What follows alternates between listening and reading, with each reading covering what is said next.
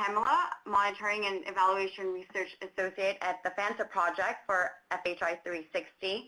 And joining her is Barbara from Food for Peace. She is the Monitoring and Evaluation Specialist to help in answering any questions and make clarifications. And so with that, I'll turn things over to Pamela to kick off the presentation. Pam? Thank you, Adrienne. Hello, everyone. My name is Pamela Vélez Vega. I see we have people from all over the world that have joined in, from Africa, the Middle East, and Central America, and North America, and from a wide range of organizations. We're going to talk about today about how to prepare and manage Food for Peace midterm evaluations. And we're really lucky we have Barbara Reed, Food for Peace Monitoring and Evaluation Specialist, joining us. She will be able to answer questions. She will be managing the chat box, so feel free to start writing any particular questions that you have for your project.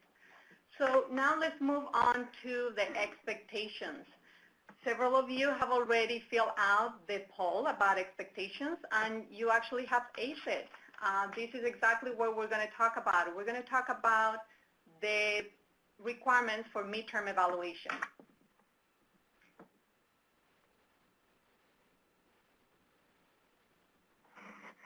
So for Food for Peace, it's important that you're able to recognize the requirements for the midterm evaluation, as well as to identify the steps to prepare and manage a midterm evaluation. So you might have seen that about 2 weeks ago, Food for Peace released the draft of Monitoring, Evaluation, and Reporting Policy and Guidance document. This document has a monitoring and evaluation, a midterm evaluation chapter, and this webinar is going to summarize the main requirements in the chapter. You will have, as I said, an opportunity to ask questions in the chat box to Barbara, and I will stop at certain intervals to let Barbara also use the microphone and explain things that are interested for the whole audience.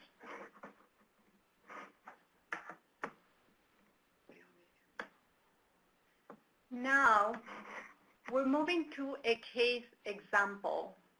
So I would like you to imagine that you are the chief of party for a 5-year development food assistance project in Madagascar.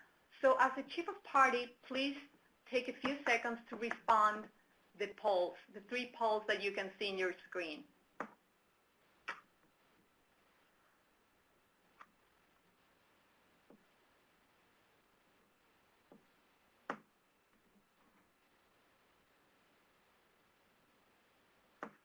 So let's start answering question 1.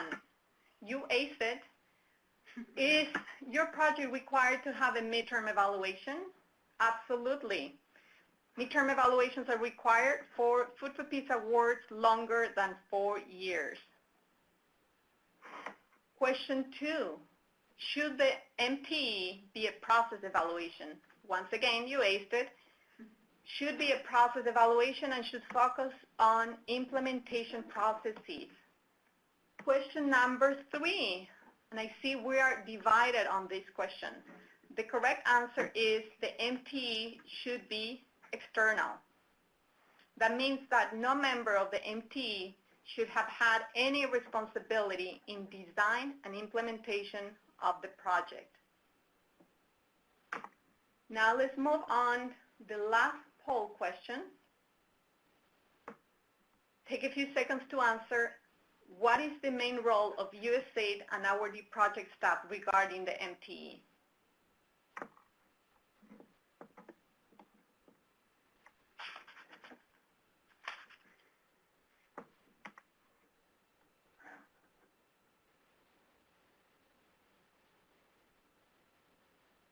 And I see we're divided in this one too. The correct answer is actually informant and observers only. So I want you to keep this in mind, and we're going to go over more details about project responsibilities later on in the presentation. But for now, think that during data collection and analysis, the primary roles of project staff, as well as of USAID staff that have stake in the project, is to be informants and observers. So you may review and provide comments on data collection tools and instruments before they are finalized, but project staff may not serve as interpreters, enumerators, or supervisors.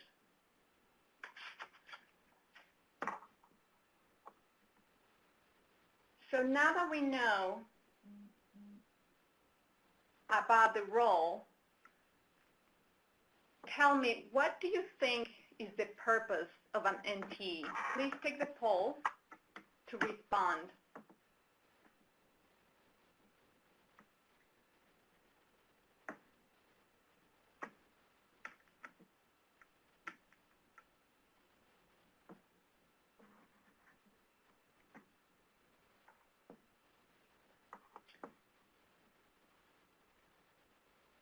So I see no many people have responded. Oh, I see one answer. Great. Oh, great. More people are responding. That's great. So for Food for Peace, they have decided that the midterm evaluation has 3 objectives. The first objective is the main objective, and it has 3 parts. The first one is, the part A is assess adherence to terms agreed. So to what extent project implementation matches the proposed plans approved by Food for Peace, such as your strategy, your activities, your beneficiary numbers, outputs, plan schedules. Part B is to analyze the perception and acceptability of project interventions among target communities. And Part C is to identify factors that enhance or detract from quality, acceptability, and usefulness of implementation or outputs. So that is the main objective. And as a result, the design should be strongly oriented to Objective 1. But Food for Peace has also identified 2 other objectives that are less important.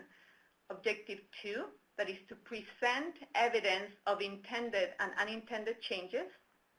And Objective 3 is to recommend adjustments to the implementation and to a lesser extent to the theory of change, the TOC, or the results framework, the RF.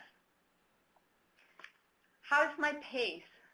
If I'm going too fast, please write in the chat box, slow down. If I'm going too slow, please write in the chat box, pick it up.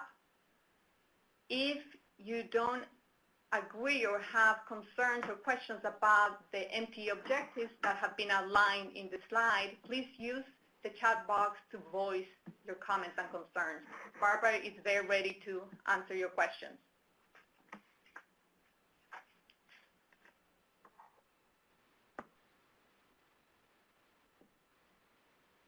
Great. So now let's move on to key evaluation questions. A fundamental part of an MTE are the evaluation questions. And Food for Peace has identified a list of key evaluation questions required for the MTE. You're going to see a file pod at the bottom of your screen on the left side. It's right below where the slides are. It says MTE files, and there are 2 documents. The first one is the Food for Peace M&E and Reporting Policy Guidance Draft. It's the document that was released 2 weeks ago. And the second file is MTE handouts. In the MTE handouts, you will be able to see a list of the 5 key evaluation questions that Food for Peace has identified in the first page of the handout.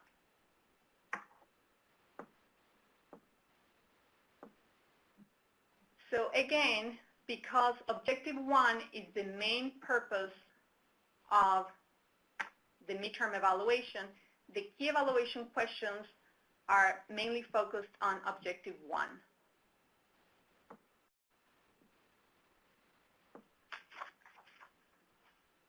Now, once you know the evaluation questions that are required, of course, you need methods to answer the evaluation questions.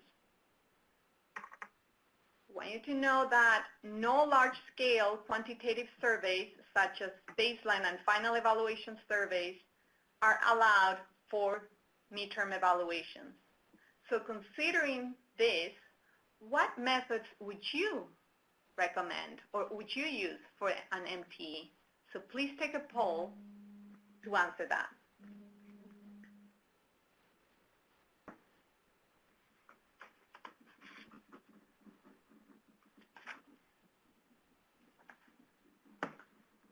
That's right, qualitative.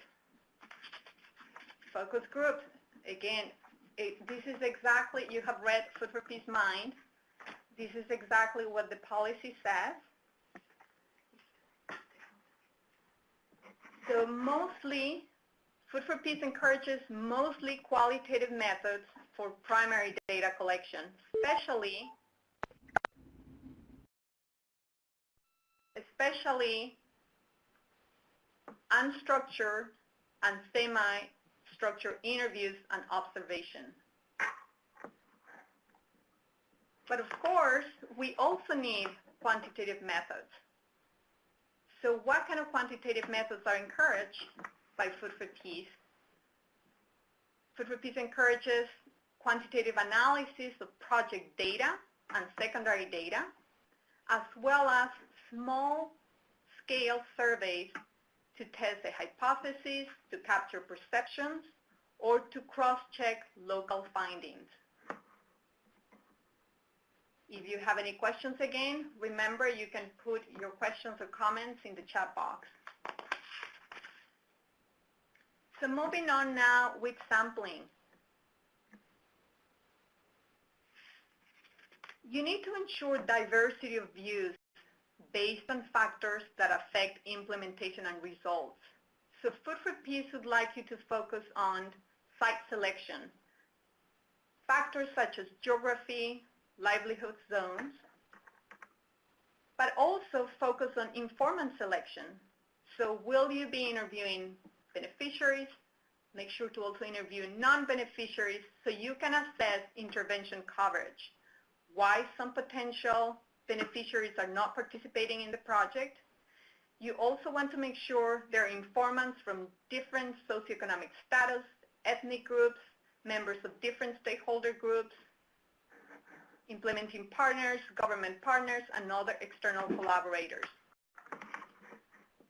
And you should also consider project intervention, such as level of program integration, and how your technical sectors might be integrated or not for some interventions.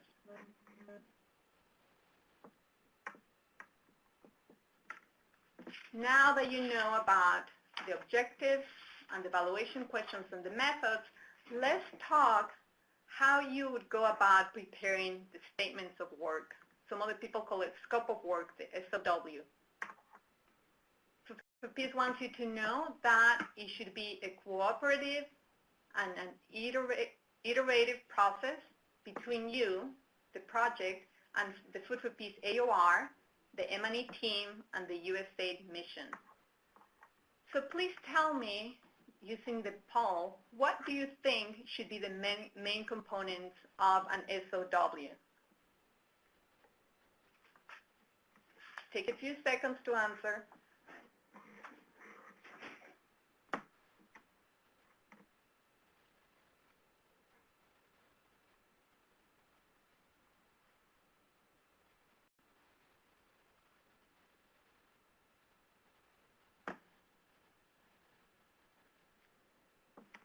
Okay, very good. You have figured out most of the components that Food for Peace is proposing. So this is the illustrative MTE scope of work.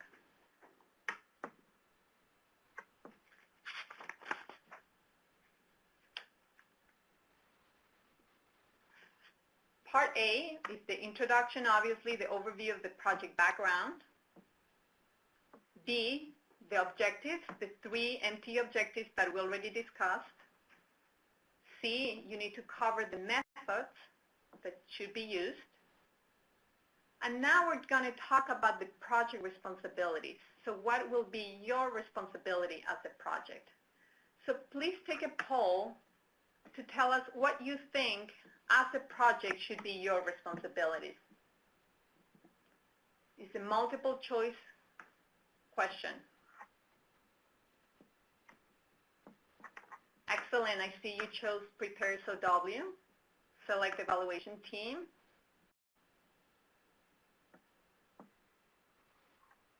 Provision of secondary data. Very good.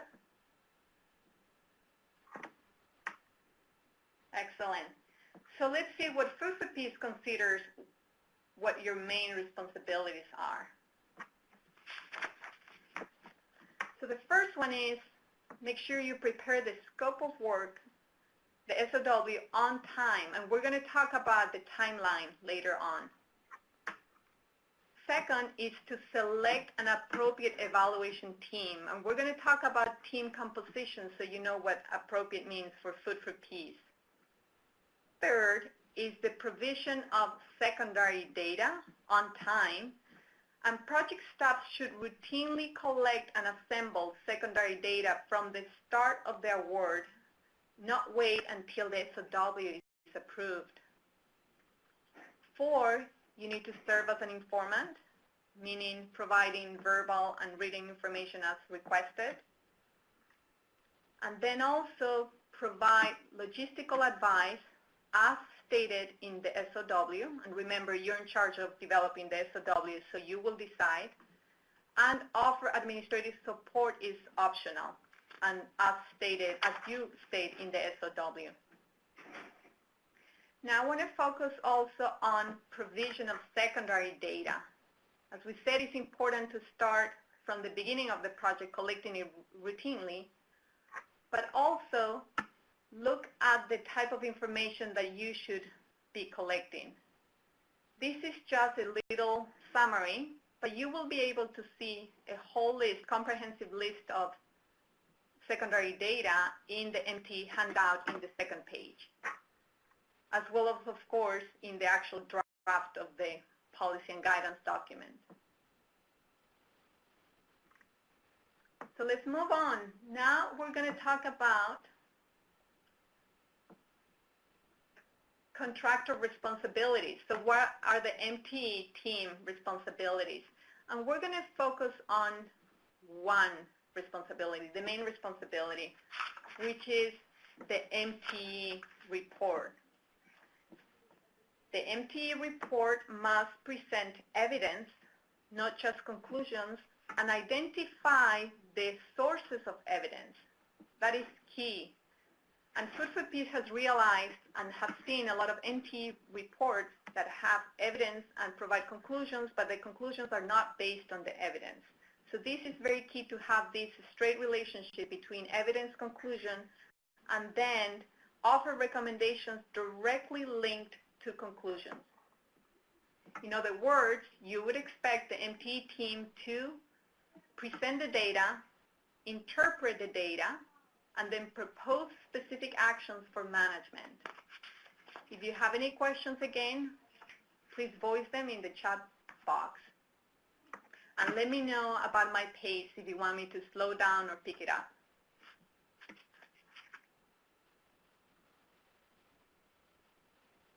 Moving on, E, MP team composition, qualifications, and roles. So what do you expect in the team composition? First, it should be led by an external evaluator with formal education in evaluation and with both quantitative and qualitative experience. Together, the team must comprise expertise in all projects' technical sectors and cross-cutting themes. And the team must have substantial application of qualitative research skills in developing countries.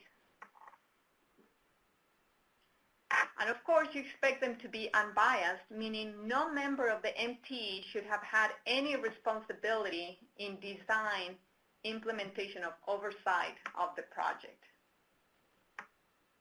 Finally, the team must be approved by the AOR prior to engagement. Is there any questions? Food for Peace is looking forward to answer them. Please fill it out in the chat box. Now let's move on to timeline. So this timeline runs from the bottom left, the blue line, and starts with the project being awarded and goes all the way up to the top right when the midterm evaluation should be submitted at the end of year 3. So Food for Peace expects you to spend the first year setting up the MTE timing. Then what do you think would come next after you set up the MTE timing?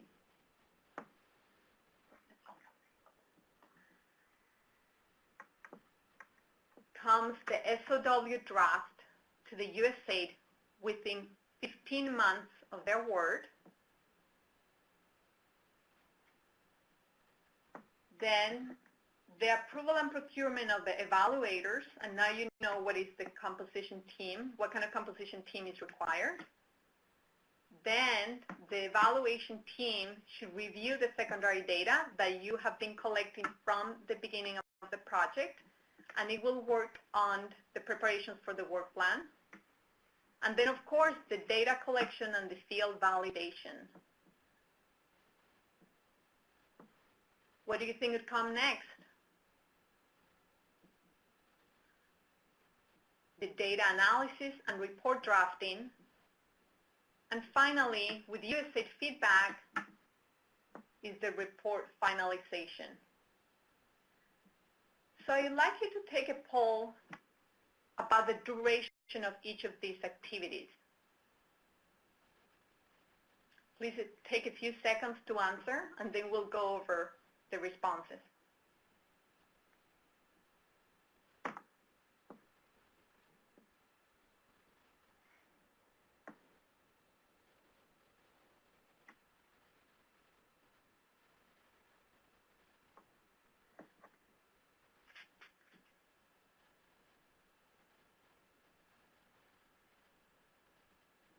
That's great. It looks like we are divided. And this is great feedback for Food for Peace, as they have provided some illustrative duration for each activity. And this will help them, your perspective would really help them strengthen the draft M&E and reporting policy and guidance document. So let's go and see what actually Food for Peace think is the appropriate time for each of these activities.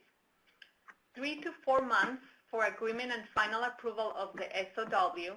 And remember, you need to set aside significant amount of time because of this cooperative and iterative process between you and Food for Peace and USAID mission.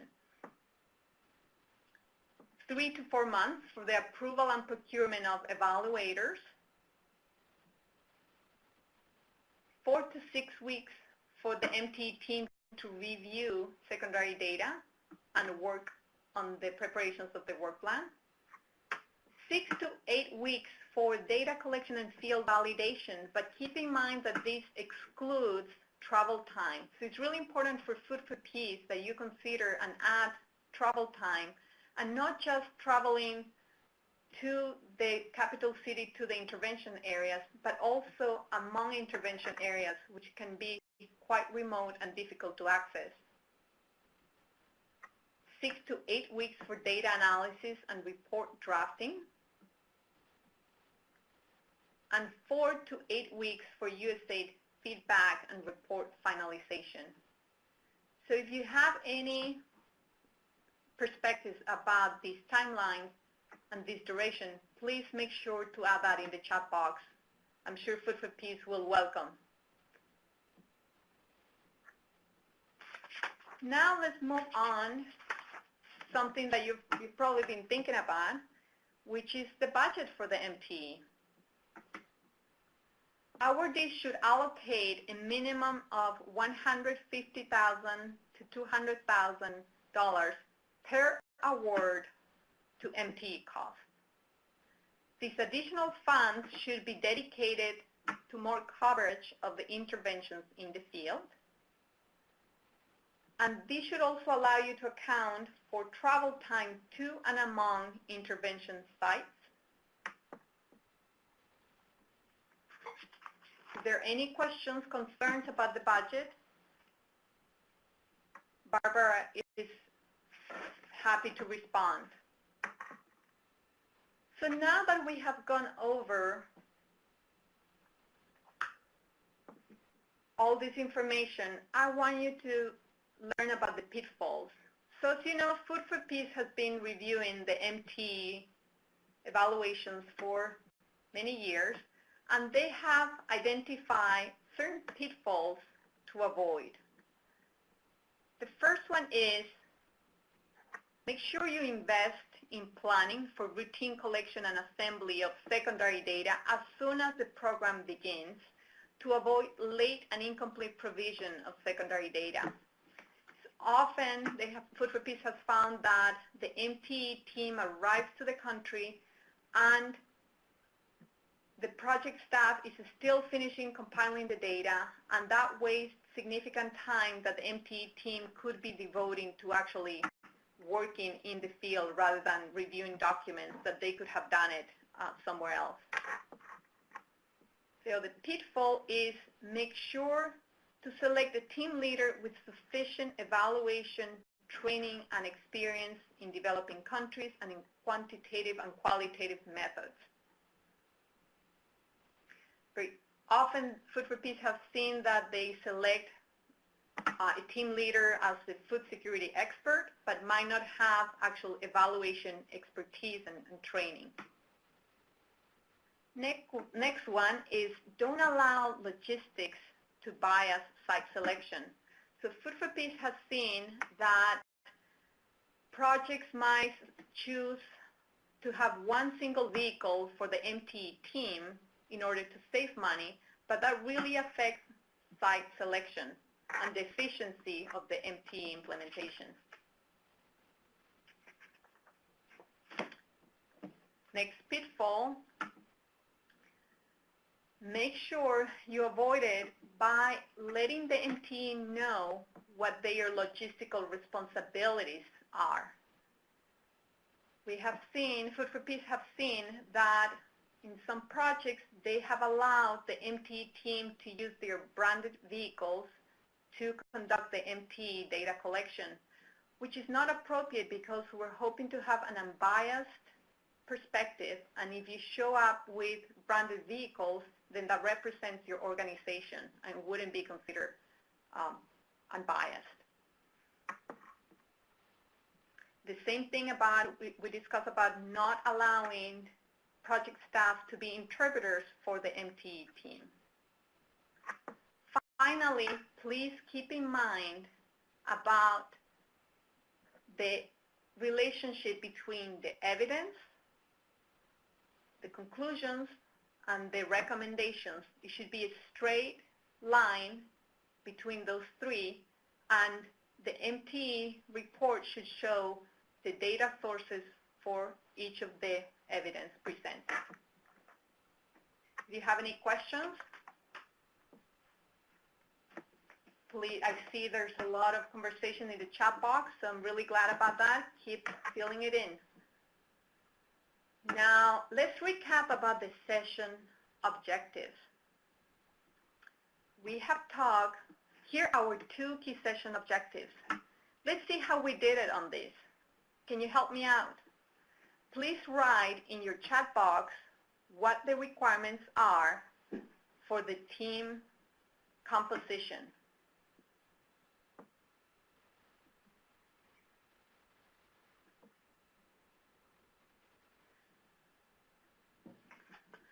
These are asking if these are ideals or requirements. Let's start with the what you consider the requirements, and Barbara can identify what are requirements and what are ideals. Excellent, thank you. So the MTE team must be external,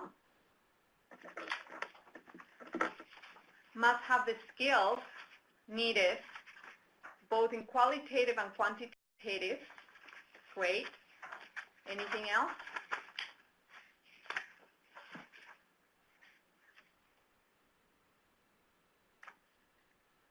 Great. No member of the MTE team should be involved in design or implementation.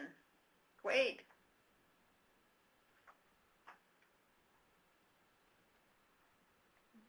Now, please remind me about what you expect in the MTE report in terms of data and data interpretation and conclusions. So right now we're talking about the MTE report and the relationship that Food for Peace really hopes to see in the report between the data and the interpretation of the data.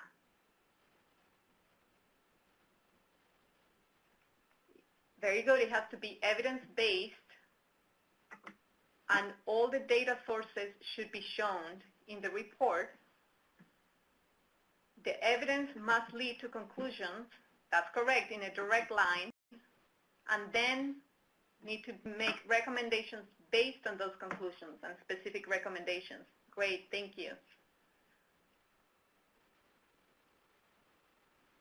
What about, can you remind me about the project responsibilities, the main project responsibilities? You as a project, what are your responsibilities? That's right, serve as an informant,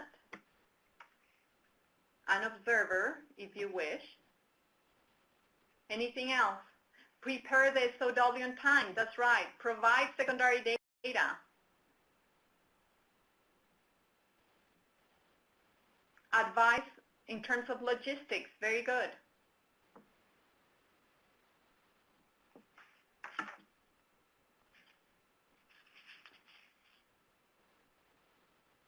Excellent. So now let's talk about number 2, identify the steps to manage the MTE.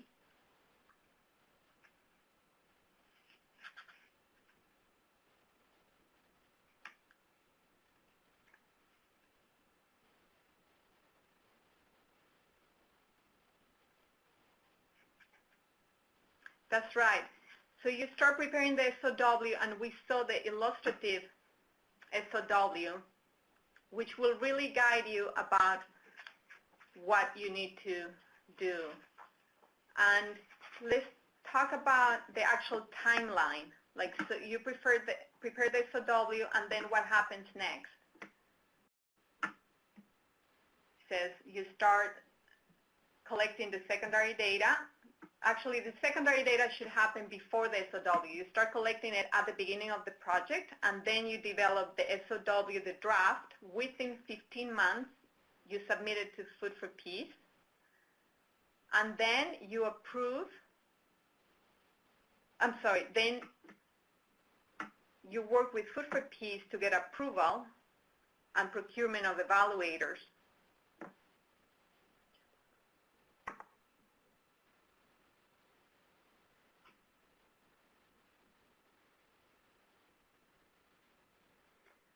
And don't forget that you have to, the first year is key.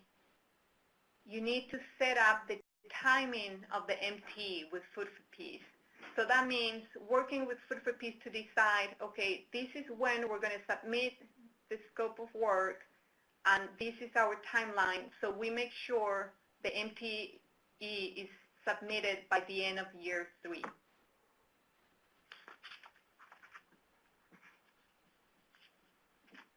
Very good. Barbara, is there anything you'd like to add? Hello, can you hear me? Yes, we can hear you. Okay, hello everybody. Thank you for joining. This is, it's good to get your feedback and input. There were a couple things that I just picked up. There was a question about what they can't act as, members of the team can't act as interpreters, which I didn't get a chance to respond to before the tide kind of turned. And there was also, I want to make sure it's clear about the logistics. We have, in addition to not wanting to have any bias introduced, one of our big concerns is that we don't want the midterm evaluation to interrupt implementation.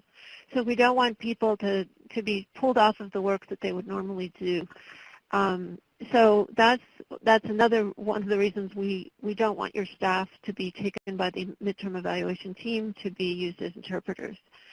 They should be responsible to hire their own interpreters whom they will work with throughout the process and hopefully build a rapport and sort of a routine with.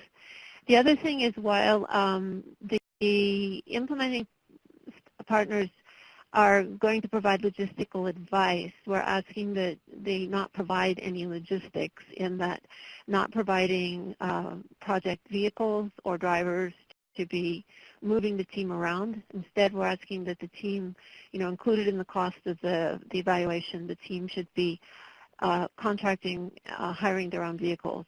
And this is, again, for the same reason. Although the vehicles, I'm sure you seldom have excess vehicles that aren't involved in the regular implementation, and we don't want to interrupt the processes. The other thing was on the timing, the very first step in this timeline that we were just referring to. When we would talk about at the end of the first year to agree on the timing, we mean specifically when you want the data collection to take place. So there are better times and worse times, and whereas the baseline and the end line have their reasons for when they happen during the year. For the midterm evaluation, what the ideal time is when the most implementation is going on, when there are the most activities, interventions that are actually active, that people can, that the team can observe in the process. I've seen many where the evaluators come back and they said, well, they say there are demonstration plots, but when we got there was nothing planted because it was the wrong season. So you want to agree with Food for Peace, when is it that the team will actually be able to see the critical interventions as they are actually in action, and when they're going to find people who are interested and find beneficiaries and beneficiaries and non-beneficiaries who might be interested in joining. So those were the main things that I felt like I hadn't responded to. I see there's some more questions coming in.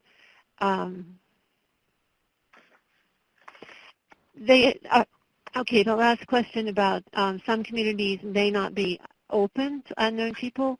Then yes, certainly project staff could take and make the introduction, but once they've made the introduction, they must step aside and be observers, take that role, not actively participate in the data collection. Okay? Great. Thank you, Barbara. So we're going to keep taking questions on the chat box, and let me just finish the slides, and then Barbara will be available. She will stay online and will be available to continue chatting with you on the chat box. I know there might be a lot of questions from you. So I wanted to talk about the resources.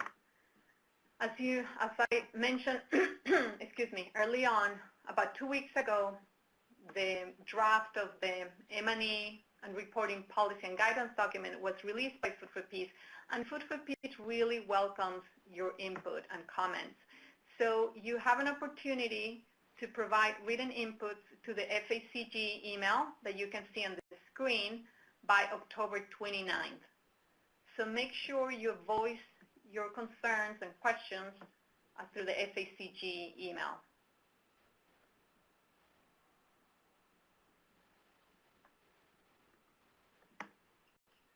I will leave that slide on.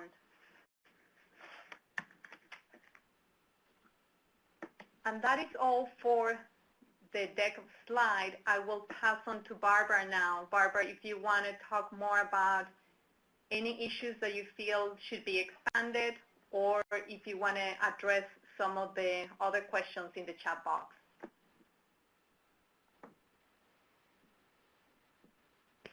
Okay. I will just quickly respond. The question has come up twice now about what do we consider sufficient evaluation training for the team leader. It's hard to establish a minimum criteria. There are certain criteria qualifications that would not be disputed. For instance, a degree in program evaluation, probably a degree in statistics, and anthropology, and it just basically should be a degree that shows that they have had training in how to communicate and to draw information in a participative manner. If you anticipate a lot of analysis, if you have a lot of secondary data that could be analyzed quantitatively, then you would probably want the team leader to also have some quantitative training. However, there are other people who have experience, have been doing evaluations, and as long as you have a sense of the quality of their work and they provide examples especially.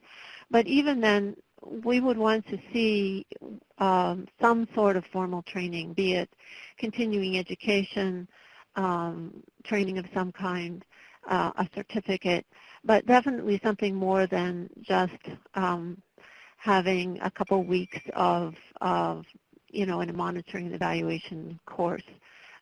It would have to be something more substantial than that. And so I don't think we can give a cut and dry answer to that, but there should be enough on their resume, and you could even ask them to give information about training that they might have received with respect to that, to monitoring, to evaluation techniques. And for all, one thing that wasn't, I'm not sure it was emphasized enough, that every member who is on the team, not just the team leader, should display on their resume some sort of experience using qualitative research, involvement with communities in getting information. Great, thank you, Barbara. I wonder whether people felt completely comfortable about the MTE objectives. Maybe we can have a few questions. We have a great opportunity to have Barbara here answer questions. So, and that is the main, the fundamental part of the MTE. So I'd like to put a slide back of the MTE objectives and open up to hear some more discussion about it.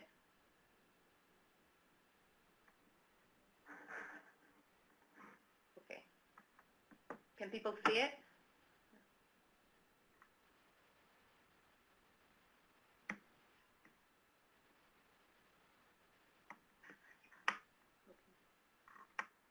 There, right? You cannot see it?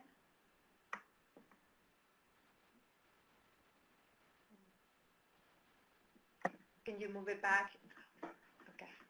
So we're having some technical difficulties.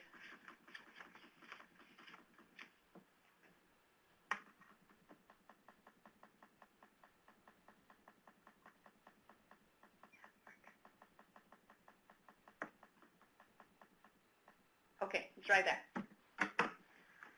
So, Barbara, I think it would be useful to hear from you what was the rationale for selecting these 3 objectives. Okay. We feel that the midterm evaluation is our real opportunity to understand what is working and what's not working, and to work with the partners, everybody work together to make things work the best that they can. The feeling is that it's too early at the time that most midterm evaluations take to see significant change towards, significant movements in the indicators you collected in the baseline. So that we'd rather you spend more time learning more about how people feel about the interventions, whether they are things are going smoothly, what are the factors that actually are influencing the performance, the outcome, the outputs, the delivery of the outputs at the various sites. It's a good opportunity to compare and contrast, especially if you're working in a consortium and you have different partners doing things slightly differently. You can compare and see which is better and maybe do some exchanging of learning based on what the team finds. It's also, but at the same time, we didn't want to completely neglect that finding out if there are some outcomes. And that's why for Objective 2, rather than saying we want to see progress towards objectives, we just want to hear from the implementers and the beneficiaries and even those who are observing as non-beneficiaries in the same communities, what changes they're seeing that they think are associated with the interventions that have been happening with the project in their communities.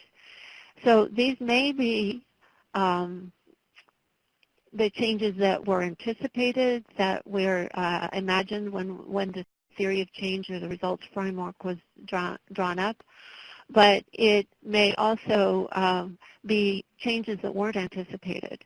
And those unanticipated changes might be positive and they might be negative.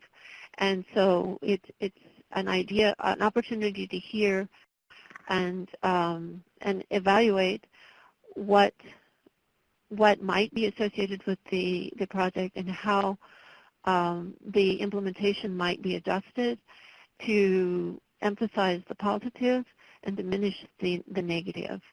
And so the third actually is just the documentation, so what, from the 1 and 2.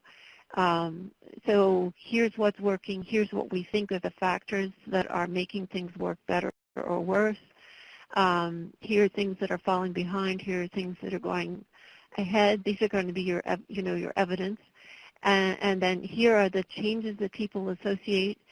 And based on all this, we've come to these conclusions and have the following recommendations of suggestions of things that might be changed to assure that the interventions work as well as they can and that we actually get the outcomes that were intended.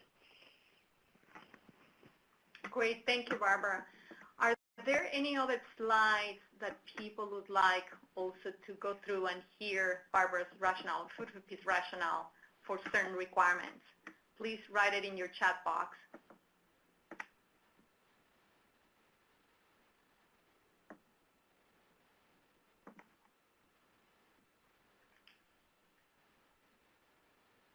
I see some people are writing. That's great.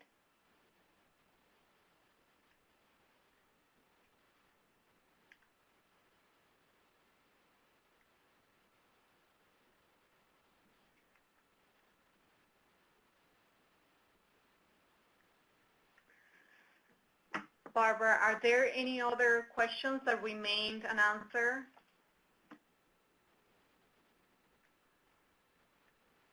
There's one about, there's a comment, it's not a question, that the budget and timelines don't go very well with the number of experts required. This is coming from Jay. In a typical DFAP. I'm not sure I understand it. Our attempt was to bring the budget more in line with the number of experts and the amount of time to spend. So I guess the question is, do they think it's too high a budget or too low? Yeah, Jay, if you could expand and explain, clarify your question, that would be great. Please use the chat box. And Cecilia has a question about the new award process that will include a period of context assessment and project design, and how this would affect. I'm not in a position to respond to that. Reef, you're online as a participant. Do you want to type in an answer to that? Reef is my colleague in Washington. Yeah, Reef, Rashid is the M&E advisor for Food for Peace. So thank you, Raif. It would be great if you respond to the question in the chat box.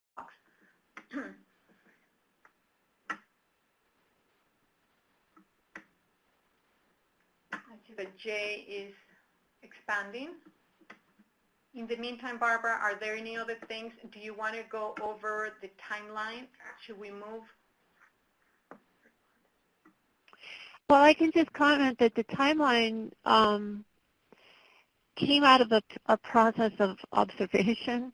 There were a number of midterm evaluations over the last couple of years since our monitoring evaluation team was formed, and we were finding that scopes of work were coming in a couple months before people expected data collection to happen.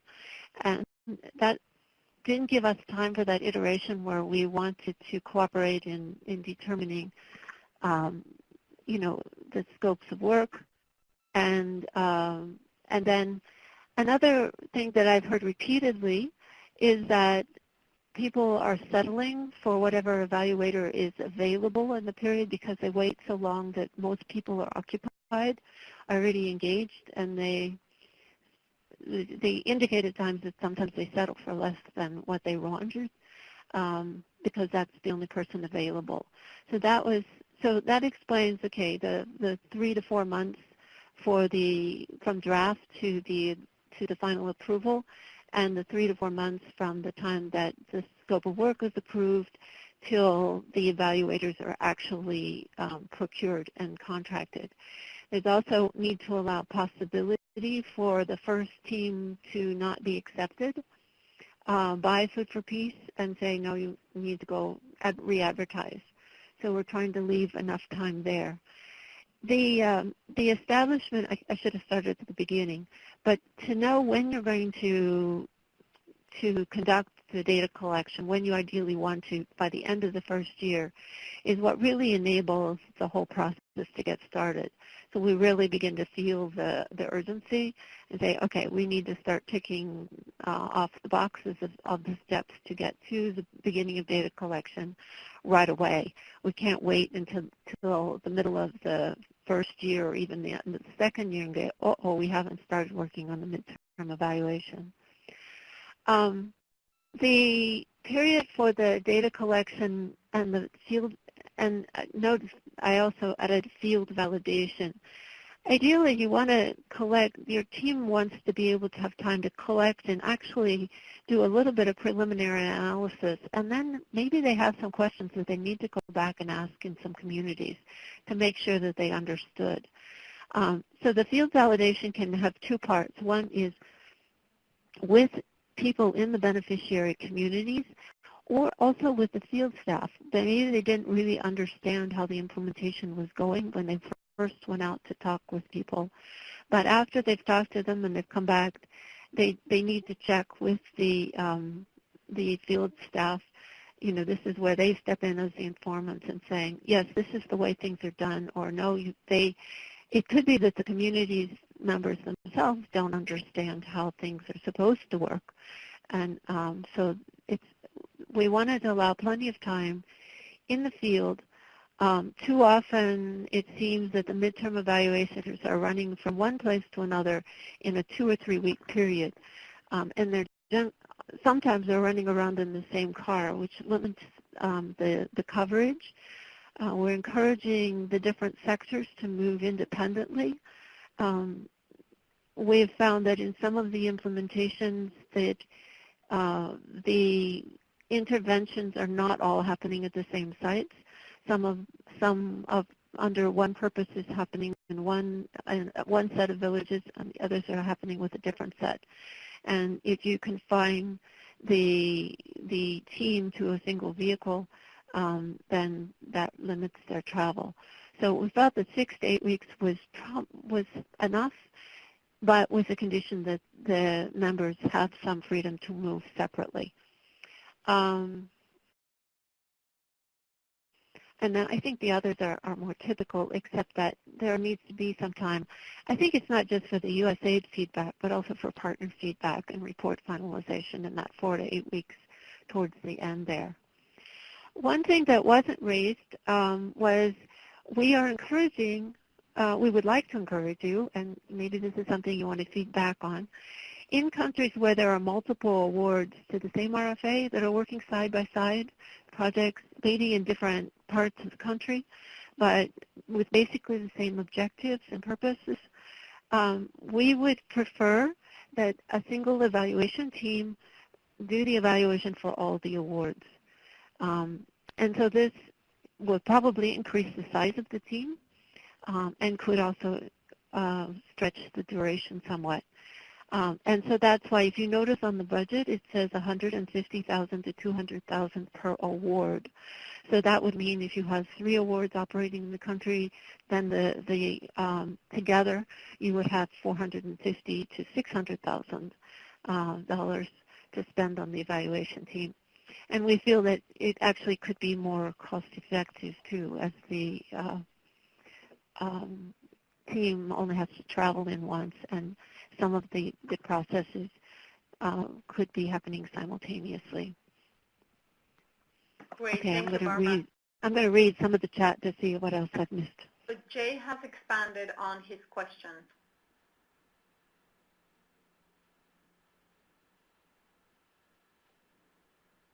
In the meantime, if any of the participants have any views about the suggested duration or any issues with it, please fill in the chat box.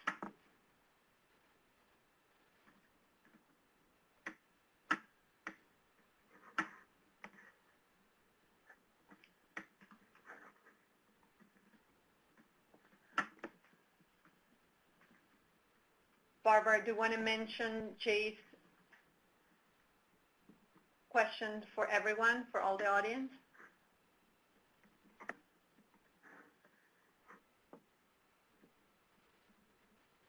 If I understand it correctly, he feels that the price is too low.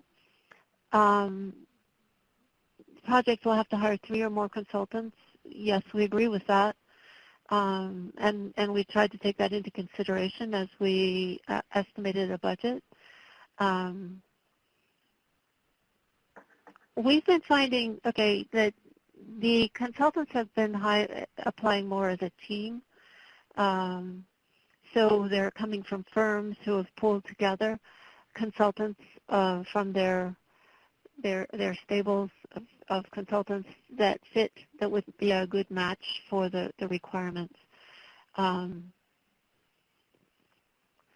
Project staff will be involved in this process. Well, okay, we're trying to minimize the amount of work for the project staff. They, as just informants, observers, your monitoring and evaluation team or your project leadership will probably be more involved. But the idea is for the consultants to get their work plan approved and pretty much go out and be independent without involving your staff very much. So I guess maybe you can say how you feel that would implicate your staff more, or maybe our vision isn't correct. The idea is to make them as independent. In fact, some of the more recent ones have actually included they have their own logistics subcontractors who support them. Did that help, Jay, and others?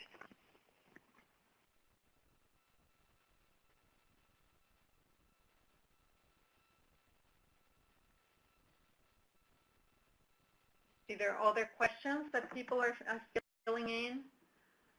So Barbara will continue responding using the microphone so everyone can take advantage of the response.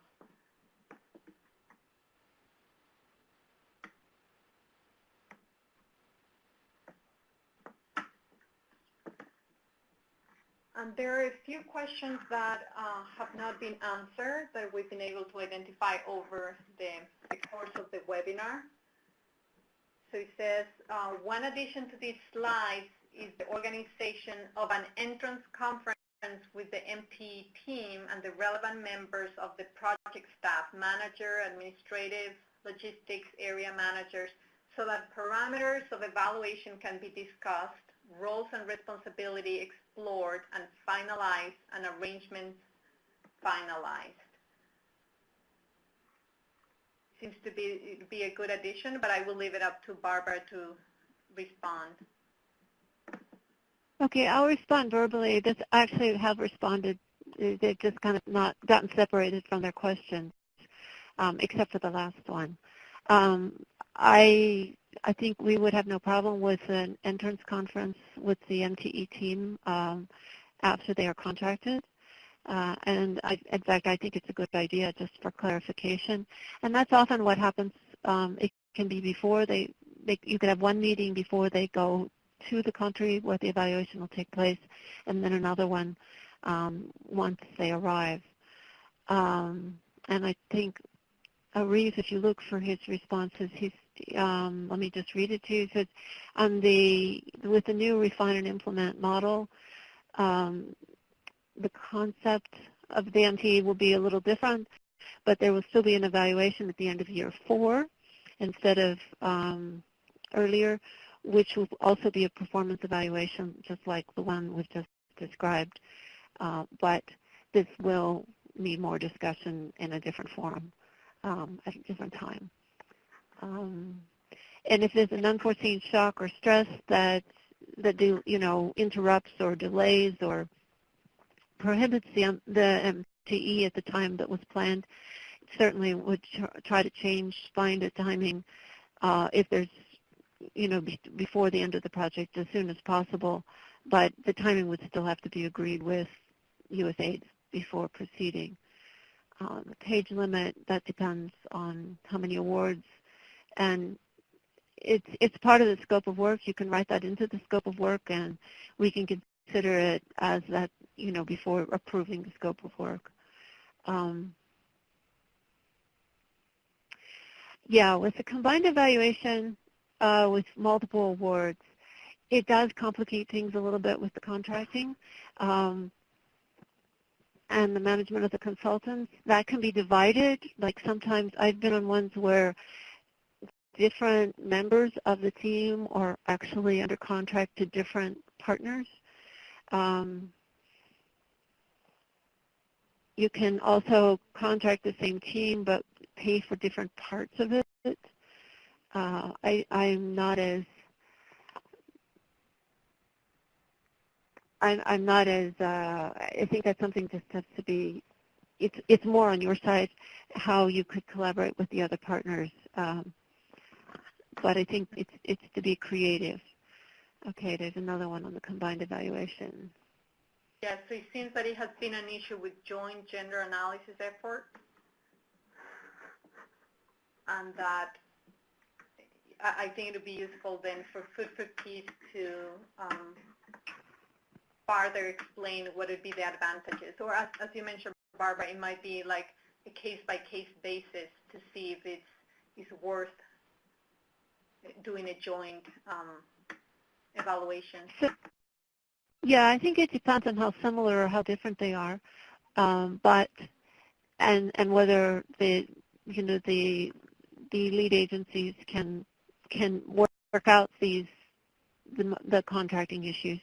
But the advantages that we see is that if you have a single team looking at all the different approaches, it's a great opportunity for this cross-learning, for really understanding more of the factors of what makes things work and what seems to complicate things or slow them down.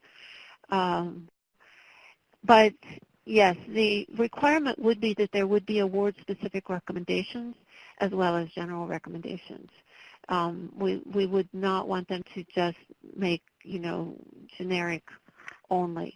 The award-specific recommendations and even sections of the report could be kept private to just that, wouldn't have to be shared with all of it wouldn't have to be shared with all the partners if that was if there was concern.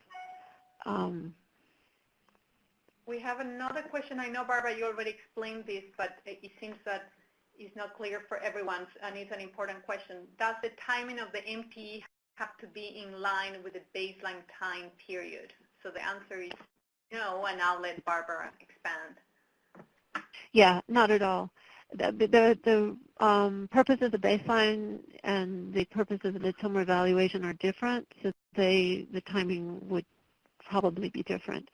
We often try to time the baseline to being a period when the lean period when some of the indicators are going to be at their, we want to repeat them at the final evaluation. The baseline have to correspond because you want to be comparing things at a like season for any indicator that could be confounded by seasonal effects. The midterm evaluation, we're looking at the process, not so much the outcomes. So the most important thing is that the team be able to see the interventions in action. There's another question about how many reviews and iterations should implementing partners expect from USAID about the USAID feedback and report finalization. What do you think, Barbara? It can be multiple. Part of the objective of the document just recently released is to help you to have more information before you drop the scope of work so that there are fewer iterations. I think if those guidelines are adhered to, that we've, and recommendations are kind of embraced, we should come to agreement faster. Some of the recent ones have taken many iterations, but I'm optimistic that the future there'll be fewer.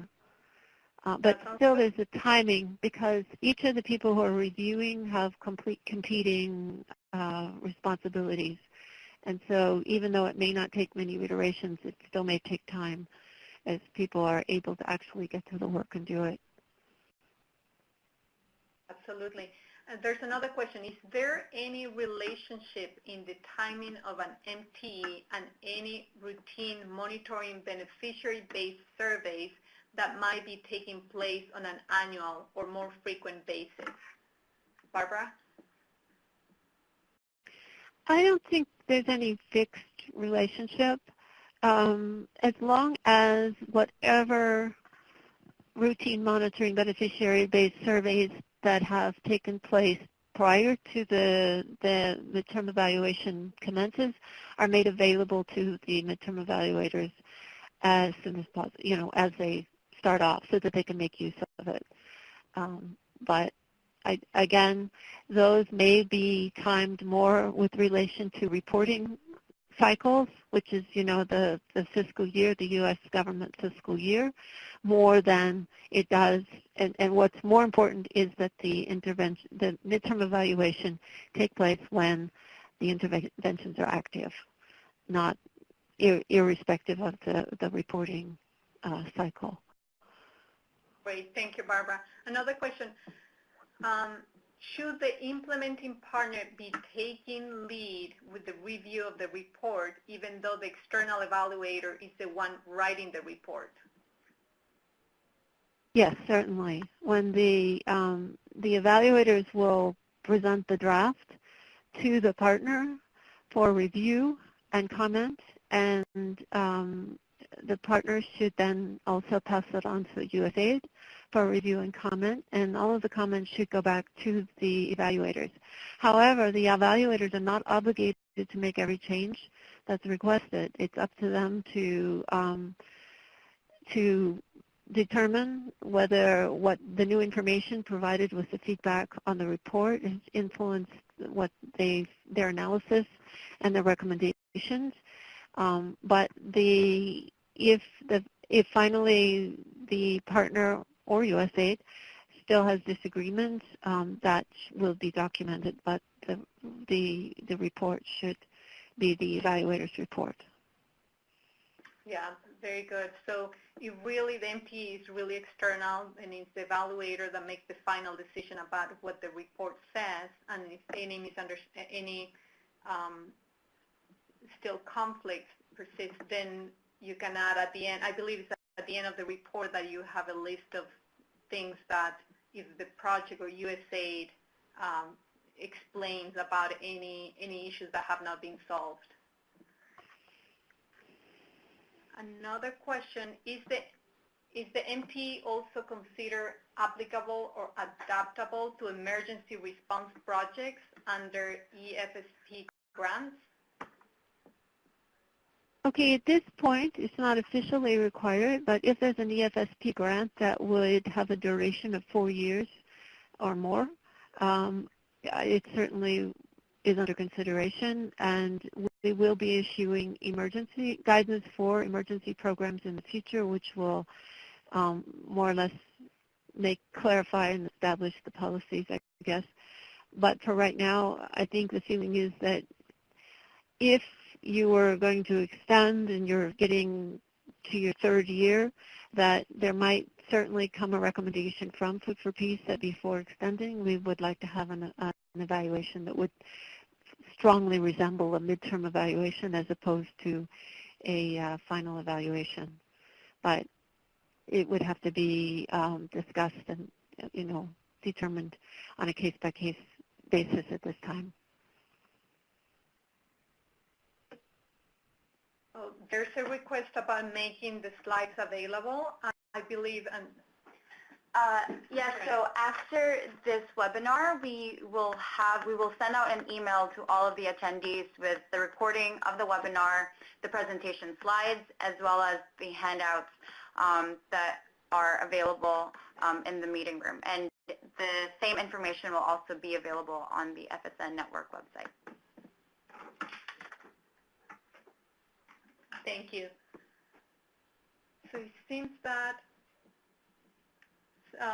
we have fewer questions now, so I will leave it up to you, Barbara, if you want to talk about any other issues that are still unresolved while we wait for anyone else that is interested in asking questions. We have left aside 2 hours, thinking it is a long time, but we were expecting if people want to stay to continue asking questions to Barbara, then you're welcome to stay.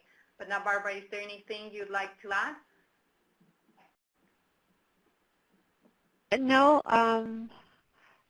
I'm run out of ideas, but maybe I would just appeal to Reese if you want to type in anything that you think has been overlooked. Yeah. Or anybody else. Anybody else who has something that they just feel like we've missed in the presentation. Or if we didn't answer any questions, if we missed your question, please copy and paste it again.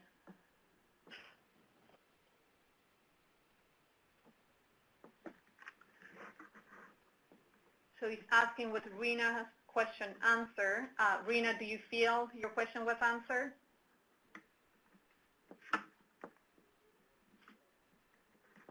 Yes. Okay. Thank you, Rena. Anyone else?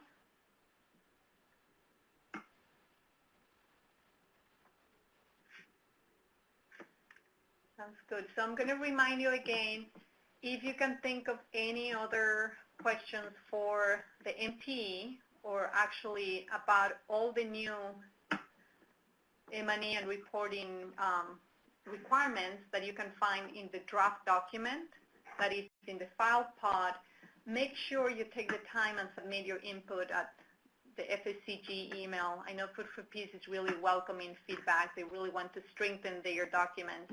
So in the slide, you can see the information there. And we will make the slides available later on. Will be sent by email, as Adrian mentioned. I see one person still typing. I just, while she's typing, I want to just reinforce a comment from my colleague from Food for Peace, who I don't know. Is it Mete? That one of the reasons that implementing partners feel that the evaluations consume so much of their time is because they don't have enough M&E staff on board.